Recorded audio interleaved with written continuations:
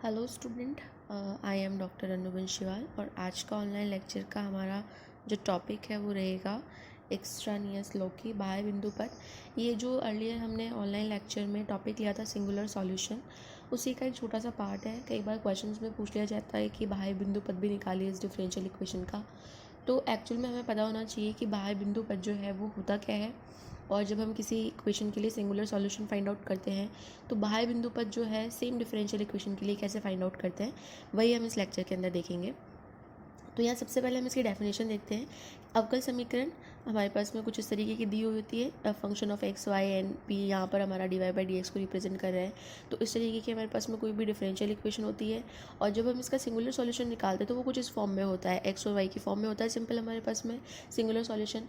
तो यह सॉल्यूशन जो है वो हम सी डिस्क्रिमिनेट या पी डिस्क्रिमिनेट दोनों में कंटेंड होता है, क्योंकि जब भी हम कोई भी डिफरेंशियल इक्वेशन है और उसका हम सी डिस्क्रिमिनेंट निकालते हैं, पी डिस्क्रिमिनेंट निकालते हैं, उन दोनों के अंदर जो भी फैक्टर कॉमन होता है हमारे पास में वो हमारे पास सिंगुलर सॉल्यूशन हो जाता है और वो डिफरेंशियल इक्वेशन को सेटिस्फाइड भी करता है। तो इसका मतलब कि जो सिंगुलर सॉल्यूशन होता है एक्चुअल में वो आपका, अगर आप सी डिस्क्रिमिनेंट से निकाल रहे हैं तो वो सी डिस्क्रिमिनेंट के अंदर भी कंटेंट होता है, अगर आप पी डिस्क्रिमिनेंट से उसको निकाल रहे हैं तो वो पी डिस्क्रिमिनेंट के अंदर भी क्या होता है, कंटेंट होता है। तो यहाँ पर यही लिखा हुआ है कि ये जो सिंगुलर सॉल्यूशन है वो सी डिस्क्रिमिनेंट तथा पी डिस्क्रिमिनेंट दोनों में ही क्या होगा, कंटेंट होता है। अब इनडिस्क्रिमिनेट में अन्य फैक्टर्स भी एग्जिस्ट करते हैं, यानी कि और भी फैक्टर्स विद्यमान होते हैं। कई बार क्या होता है, जैसे मान लीजिए सी डिस्क्रिमिनेट और पी डिस्क्रिमिनेट में कोई फैक्टर कॉमन आ रहा है, लेकिन उनके अलावा भी जो उनके इक्वेशंस है उसके अंदर कोई और फैक्टर्स भी हमें दिखाई दे रहे हैं। तो इस तरीके से अन्य फैक्टर्स भी हमारे पास में क्या करते हैं, एग्जिस्ट करते हैं, विद्यमान करते हैं, जिनसे एनवलप के अलावा कोई और लोकस भी प्राप्त किया जा सकता है। यानी कि उन मतलब फैक्टर से हम क्या कर सकते हैं, कोई और लोकस यानी कि कोई और बिंदुपथ जो है वो हम प्राप्त कर सकते हैं। और सामान्यतः ये जो बिंदुपथ होता है, ये है बिंदुपथ हमारी जो डिफरेंशियल इक्वेशन होता है उसको सेटिस्फाइड नहीं करता है।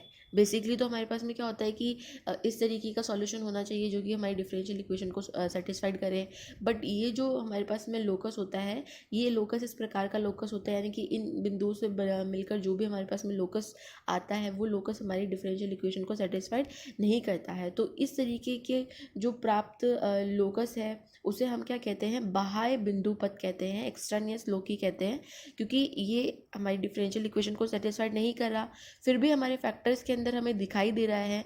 इसका मतलब इस तरीके का जो बिंदु पद होता है वो क्या होता है, एक्सट्रानियस लोकी कहते हैं या फिर बाह्य बिंदु पद कहलाता है। अब इस बिंदु पद के अंदर हमारे पास में कुल 3 तरीके के बिंदु हमारे पास में आते हैं, और इन बिंदुओं को ना हमने नाम दिया है। यहाँ हम एक टैक लोकस की बात करते हैं, नॉड लोकस की बात करते हैं और कस्प लोकस की बात करते हैं। यानी कि इस एक्सटर्नियस लोकी के अंदर हम 3 तरीके के लोकस पढ़ते हैं, टैक लोकस, नॉड लोकस और कस्प लोकस।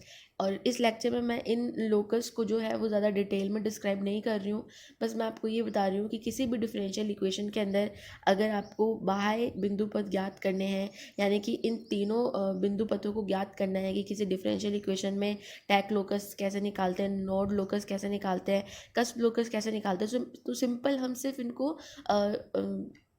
फाइंड आउट करने का एक वे यहाँ पर देखेंगे। तो आप किसी भी डिफरेंशियल इक्वेशन जो आपको दी हुई है उसमें आप किस तरीके से नॉड लोकस निकालेंगे, टैक लोकस निकालेंगे और कस्प लोकस निकालेंगे, वही जो है हम इस लेक्चर के अंदर डिस्कस करेंगे। इनका डिटेल में जो भी डेफिनेशन है, जो भी इनका ज्योमेट्रिकल मीनिंग है वो आपको आपकी बुक के अंदर दिया हुआ है, आप वहाँ से इसको रीड करके ईजिली समझ सकते हैं। मैं यहाँ पर आपको सिर्फ इसको किस तरीके से फाइंड आउट करते हैं वो सब चीज़ें यहाँ पर डिस्कस करूँगी। तो सेकंड हमारे पास में आता है how we find these locus in p discriminant and c discriminant. मैंने अभी कहा कि पी डिस्क्रिमिनेंट और सी डिस्क्रिमिनेंट के अंदर जो भी एक्स्ट्रा फैक्टर्स आते हैं, वही एक्स्ट्रा फैक्टर से हम क्या करते हैं, हमारा टैक लोकस, नॉड लोकस और कस्प लोकस फाइंड आउट करते हैं। तो यहाँ मैंने कुछ थियोरेटिकल टर्म्स लिखी है, तो इनको एक बार समझ लेते हैं।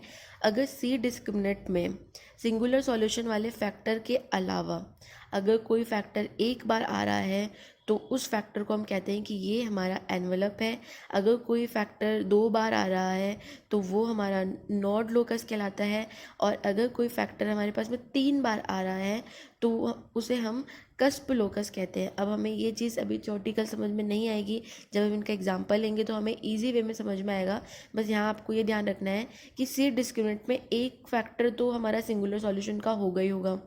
उसके अलावा अगर हमारे पास में जो भी फैक्टर्स आ रहे हैं, अगर वो फैक्टर्स एक बार आ रहे हैं हमारी इक्वेशन में तो वो एनवेलप को रिप्रेजेंट कर रहे हैं। अगर वो फैक्टर्स 2 बार आ रहे हैं तो वो नॉड लोकस को रिप्रेजेंट कर रहे हैं। अगर वो फैक्टर 3 बार आ रहे हैं तो कस्प लोकस को रिप्रेजेंट कर रहे हैं। इसी तरीके से पी डिस्क्रिमिनेंट में हम निकालेंगे, तो अगर कोई फैक्टर हमारे पास में एक बार आ रहा है तो वो हमारा एनवेलप है। अगर कोई फैक्टर 2 बार आ रहा है तो वो हमारा टेक लोकस है।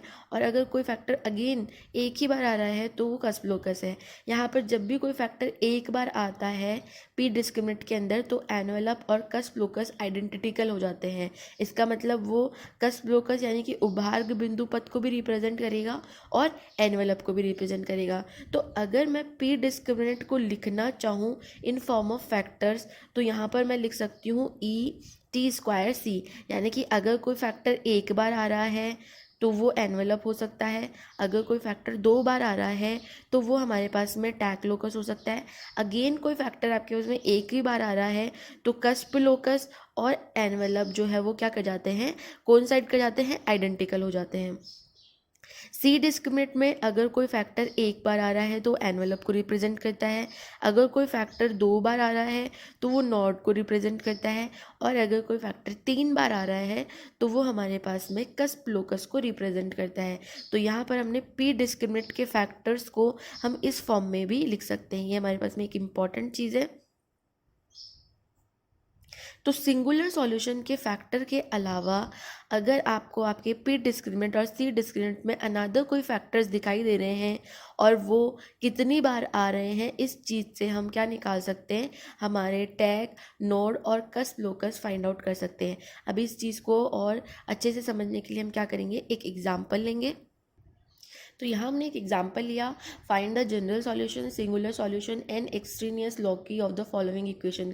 मोस्ट ऑफ द जो क्वेश्चंस आते हैं वो हमारे इसी तरीके के आते हैं जिसमें आपसे जनरल सॉल्यूशन भी पूछा जाता है, सिंगुलर सॉल्यूशन भी पूछा जाता है और एक्सट्रेनियस लॉकी भी पूछा जाता है। तो सबसे पहले जो हमारी इक्वेशन है उससे हम क्या करेंगे, जनरल सॉल्यूशन निकालेंगे। तो जनरल सॉल्यूशन हम किस तरीके से निकालते हैं, यहाँ पर इसको थोड़ा सा सॉर्ट आउट करेंगे। जो भी इक्वेशन हमें दे रखी है पी की फॉर्म में हमारे पास में इक्वेशन आ गई, डी वाई और डी एक्स के फैक्टर्स को अगर हम अलग अलग कर दें तो यहाँ पर हमारे पास में जनरल सॉल्यूशन हम इजीली फाइंड आउट कर सकते हैं। और जनरल सॉल्यूशन निकालने के हमने बहुत सारे प्रोसीजर भी पढ़े हैं।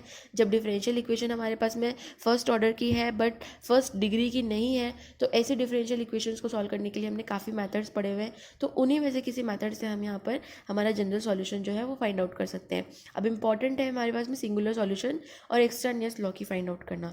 तो सबसे पहले हम क्या करेंगे, ये जनरल सॉल्यूशन हमने फाइंड आउट कर लिया, ये हमारे पास में सी फॉर्म में आ गया। तो इस सी फॉर्म से हम क्या करेंगे, सी डिस्क्रिमिनेंट निकालेंगे। तो सी डिस्क्रिमिनेंट निकालने के लिए हम क्या करेंगे, जो इक्वेशन 2 है इसको हम कुछ इस फॉर्म में भी लिख सकते हैं। और इस फॉर्म में लिखने के बाद में हम क्या करेंगे, इस इक्वेशन का सी डिस्क्रिमिनेंट का मतलब क्या होता है, सी के रेस्पेक्ट में हमें क्या करना है, इसका डिफरेंशिएशन करना है। तो इसका जब हमने सी के रिस्पेक्ट में डिफरेंशिएशन किया तो हमें कुछ इस प्रकार का रिलेशन मिला। और इस रिलेशन से हम क्या करेंगे कि जहाँ जहाँ सी है उसको हम रिप्लेस करेंगे माइनस एक्स से। इस रिलेशन को हम ऐसे भी लिख सकते हैं, C equals to minus X. Actual में हमें क्या करना होता है, सी को विलुप्त करना होता है। तो हमने यहाँ पर जहाँ जहाँ हमें सी दिखाई दे रहा है वहाँ वहाँ हम क्या कर देंगे, माइनस एक्स पुट कर देंगे। तो हमारी जो इक्वेशन है वो कुछ ये आ जाएगी लास्ट में रिड्यूस होके y² 1 - y। तो ये हमारी इक्वेशन हमें सी डिस्क्रिमिनेंट से मिली है। इसके अंदर हमें 2 तरीके के फैक्टर दिखाई दे रहे हैं, एक दिखाई दे रहा है y² और दूसरा दिखाई दे रहा है 1 - y = 0। अब ये हमने सी डिस्क्रिमिनेंट निकाल लिया। इसी तरीके से अब हम क्या करेंगे, पी डिस्क्रिमिनेंट निकालेंगे और उसमें देखेंगे कि उसके फैक्टर्स जो है वो किस तरीके के आ रहे हैं। तो यहाँ जब हमने पी डिस्क्रिमिनेंट निकालना चाहा तो सबसे पहले हम क्या करेंगे, जो भी हमारी डिफरेंशियल इक्वेशन दे रखी है उसको हमें पी के रिस्पेक्ट में क्या करना है, डिफरेंशिएट करना है। और पी के रिस्पेक्ट में डिफरेंशिएट करने के बाद में हमें कुछ इस तरीके की हमारी मतलब इक्वेशन मिल रही है। तो इसकी हेल्प से हम क्या करेंगे, अब इस जो भी हमने डिफरेंशिएट करने के बाद में हमारे पास में जो टर्म आ रही है, इस टर्म का यूज़ करके हमें क्या करना है, पी का विलोपन करना है। तो यहाँ देखिए हमारे पास में जब हम डिफरेंशिएट करेंगे तो कुछ इस तरीके का एक्सप्रेशन आ रहा है, और इसको हम इस तरीके से भी लिख सकते हैं, पी 2 - 3y का स्क्वायर इक्वल्स टू 0। अब हमें दिखाई दे रहा है कि हमारी जो इक्वेशन है उसके अंदर पी जो है वो स्क्वायर में दे रखा है। तो यहाँ हम क्या करेंगे कि ये जो हमें एक्सप्रेशन मिला है इसको हम क्या कर देंगे, स्क्वायर करके पी स्क्वायर की फॉर्म में बनाने की कोशिश करेंगे। तो यहाँ हमारे पास में आ गया पी स्क्वायर 2 - 3y की पावर 4 इक्वल्स टू 0। अब इस एक्सप्रेशन की वैल्यू हमारे पास में कितनी है, 0। तो अब हम ये एक्सप्रेशन जो है वो हमारी मेन इक्वेशन में बनाने की कोशिश करेंगे ताकि हम पी का क्या कर सकें, विलोपन कर सकें। तो हमने क्या किया, यहाँ पर 2 - 3y का स्क्वायर है, जबकि यहाँ पे पावर 4 दे रखा है। तो हमने 2 - 3y के स्क्वायर से ऊपर नीचे क्या कर दिया, मल्टीप्लाई कर दिया। तो यहाँ पर जो टर्म है वो क्या बन जाएगी, पावर 4 बन जाएगी। और ये 2 - 3y का स्क्वायर जो है वो हम मतलब अपॉन में है, तो इसको अगर दूसरी साइड लेके जाएंगे तो ये इस फैक्टर से मल्टीप्लाई होकर इक्वल्स टू में क्या हो जाएगा, 0 हो जाएगा। तो यहाँ पर हमने देखा कि पी स्क्वायर 2 - 3y की पावर 4 ये कुछ इस तरीके का एक्सप्रेशन दिख रहा है, जो हम ऑलरेडी पी को जब हमने डिफ्रेंशिएट किया था तब हमें प्राप्त हुआ था। तो यहाँ पर इसकी वैल्यू हमारे पास में क्या है, 0। तो ये हमारे पास में क्या हो जाएगा, 0 हो जाएगा। और जो रिमेनिंग टर्म है उसको हम एक साइड लिखेंगे, तो हमारे पास में कुछ इस तरीके का एक्सप्रेशन आएगा। तो अब हम देख सकते हैं कि जो हमने सी डिस्क्रिमिनेंट निकाला था उसके अंदर भी हमारे पास में 1 - y का फैक्टर था। अब जो हमने पी डिस्क्रिमिनेंट निकाला उसके अंदर भी हमारे पास में क्या है, 1 - y का फैक्टर है। इसका मतलब ये फैक्टर दोनों डिस्क्रिमिनेंट के अंदर कॉमन है। दैट मीन्स ये हमारे पास में किसको रिप्रेजेंट करेगा, सिंगुलर सॉल्यूशन को। तो ये जो 1 - y फैक्टर है is a common factor in both discriminant. That means 1 - y equals to 0, ये हमारा क्या हो जाएगा, सिंगुलर सॉल्यूशन हो जाएगा। उसके बाद में अब हम क्या करेंगे, अब हमें देखना है कि जो सी डिस्क्रिमिनेंट और पी डिस्क्रिमिनेंट में जो हमारे पास में एक्स्ट्रा फैक्टर्स आ रहे हैं, जैसे इसके अंदर 2 - 3y का स्क्वायर ये फैक्टर एक्स्ट्रा आ रहा है। और अगर हम सी डिस्क्रिमिनेंट में देखें तो हमें y स्क्वायर एक्स्ट्रा फैक्टर दिखाई दे रहा है 1 - y के अलावा। तो अब यहाँ देखिए, ये जो हमने जो डेफिनेशंस लिखी थी, जो थ्योरी लिखी थी, उसमें ये था कि अगर सी डिस्क्रिमिनेंट में कोई भी फैक्टर 2 बार आता है तो वो किसको रिप्रेजेंट करता है, नोड लोकस को। तो यहाँ देखिए जो ये y का फैक्टर हमारे पास में 2 बार आ रहा है, y की पावर क्या है, 2 है। इसका मतलब y का फैक्टर मेरे पास में 2 टाइम्स आ रहा है। तो इसका मतलब यहाँ पर y बराबर 0 मेरे पास में क्या हो जाएगी, नॉड कस्प की एक इक्वेशन हो जाएगी। यानी कि नॉड कस्प का मतलब हमारे पास में ये नॉड बिंदु पथ का एक समीकरण हमें प्राप्त हो जाएगा, क्योंकि इसके अंदर y का जो फैक्टर है वो हमारे पास में 2 बार आ रहा है। और मैंने सी डिस्क्रिमिनेंट में के अंदर आपको बताया था कि अगर सिंगुलर सॉल्यूशन के फैक्टर के अलावा कोई फैक्टर आपके पास में 2 बार आ रहा है तो वो किसको रिप्रेजेंट करेगा, नॉड बिंदु पथ को रिप्रेजेंट करेगा। तो यहाँ पे y बराबर 0 किसको रिप्रेजेंट करेगा, नॉट बिंदु पथ को रिप्रेजेंट करेगा। इसी तरीके से पी डिस्क्रिमिनेंट के अंदर हमारे पास में 2 - 3y का स्क्वायर हमें एक्स्ट्रा फैक्टर दिखाई दे रहा है, और ये फैक्टर भी हमारे पास में क्या आ रहा है, 2 टाइम्स आ रहा है। तो यहाँ हम पी डिस्क्रिमिनेंट में चेक करेंगे कि अगर कोई फैक्टर 2 बार आ रहा है तो वो किसको रिप्रेजेंट करता है, टैक लोकस को। तो यहाँ पर 2 - 3y इक्वल्स टू 0, ये हमारा क्या हो जाएगा, टैक लोकस, जिसे हम हिंदी में क्या कहते हैं, स्पर्श बिंदु पथ। तो ये जो समीकरण है वो किसका हो जाएगा, स्पर्श बिंदु पथ का समीकरण हो जाएगा। तो इस तरीके से हमने देखा कि किस तरीके से पी डिस्क्रिमिनेंट और सी डिस्क्रिमिनेंट के अंदर जो एक्स्ट्रा फैक्टर्स हैं उन फैक्टर्स से हम हमारे जो टैक लोकस है, नॉड लोकस है, कस्प लोकस है, वो हम फाइंड आउट कर सकते हैं। अब यहाँ पर मैंने ये जो कंडीशन बताई थी, मान लीजिए कि यहाँ कोई पी डिस्क्रिमिनेंट आपके पास में इस तरीके का आया, x - 1 - x, और 1 - x जो है ये तो आपका सिंगुलर सॉल्यूशन बना रहा है, लेकिन x जो है वो आपका सिंगुलर सॉल्यूशन के अलावा कोई अनदर फैक्टर आ रहा है। अब यहाँ पे पी डिस्क्रिमिनेंट में x जो है वो एक बार आ रहा है, ये फैक्टर एक बार आ रहा है। तो यहाँ पर एक बार आने पर वो एनवलप भी बनेगा और एक बार आने पर वो कस्प लोकस भी बनेगा। तो यहाँ पर ये जो x बराबर 0 है वो हमारी एक्चुअल में किसको रिप्रेजेंट करेगी, कस्प लोकस को रिप्रेजेंट करेगा। चूँकि इस अगर क्वेश्चन में हमसे एक्स्ट्रानियस लौकी के बारे में पूछा है तो ऑब्वियसली हमें उसको लौकी यानी कि लोकस के बारे में बताना पड़ेगा। तो यहाँ हम इसे एनवेलप ना कहकर इसे उभार्ग बिंदु पथ के नाम से इसको रिप्रेजेंट करेंगे, क्योंकि क्वेश्चन में हमसे एक्स्ट्रानियस लौकी के बारे में पूछा गया है।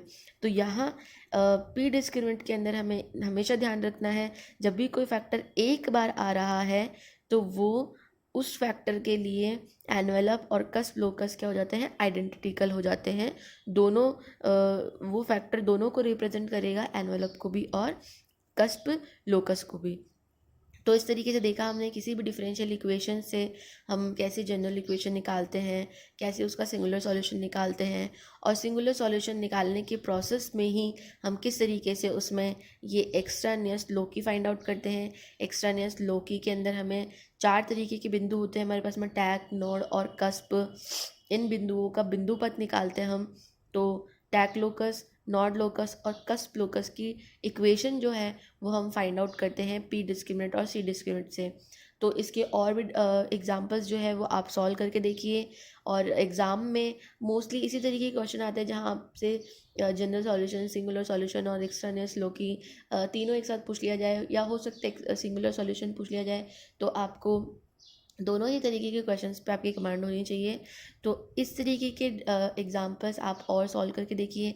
अगर आपको और इस टॉपिक में किसी भी एग्जांपल या किसी भी क्वेश्चन के अंदर कोई भी प्रॉब्लम आती है तो आप कमेंट बॉक्स में अपनी क्वेरी जो है वो पोस्ट कर सकते हैं। ये वीडियो जो है वो आपको कॉलेज के यूट्यूब हैंडल पे BSc part second year playlist में मिलेगा। Thank you.